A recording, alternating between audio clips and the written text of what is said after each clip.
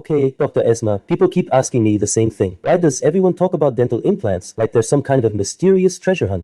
Because today, we're pulling the curtain back, and trust me, what you're about to hear might surprise you. I mean, people think there's one simple answer, but there are layers, hidden details, little-known factors, and we're going to expose all of them. Dr. Esma, you know what surprises me the most? People walk around with this huge question mark in their heads, like they're scared to even ask what really shapes the whole experience.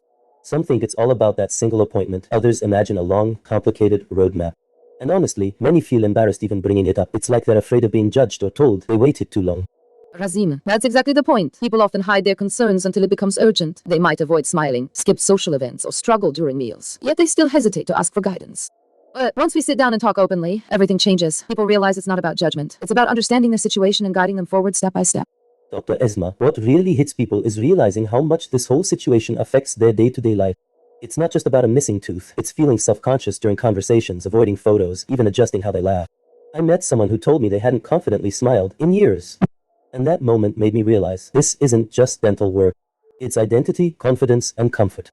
Razim, exactly. I've seen patients who struggled to enjoy their favorite meals or felt distant in conversations because they were too focused on hiding the issue. But once we restore that stability, everything changes. They reconnect with people and rediscover ease. That's why understanding the deeper impact matters. It shapes every part of someone's daily experience. Dr. Esma, when people hear the term dental implant, they imagine something futuristic, but the foundation goes way back. What surprises most viewers is how predictable and refined the process has become over the years.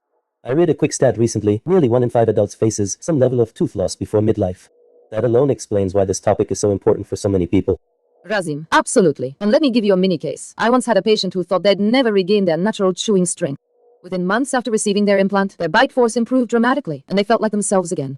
Moments like that remind us why this field matters. It's not just a procedure, it's restoration of function, confidence, and everyday comfort.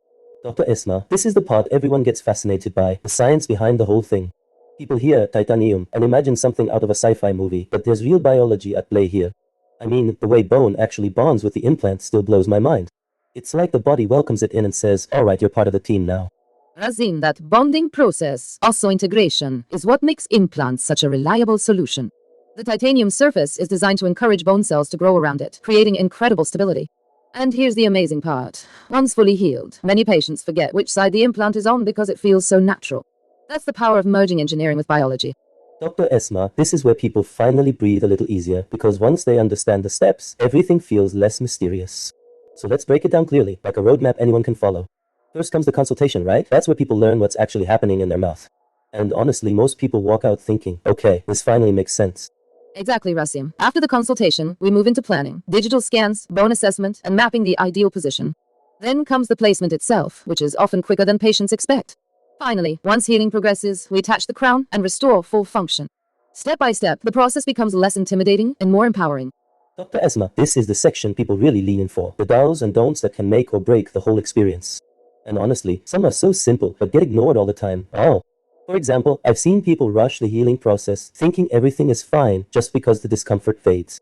That alone can cause unexpected trouble. Razim, you're right. One major caution is following the aftercare plan exactly. No shortcuts. That includes avoiding hard foods early on and keeping the area clean. Another don't is skipping follow-ups. Those check-ins help us track healing and prevent small issues from becoming big ones. With the right habits, the whole journey becomes smoother and far more predictable.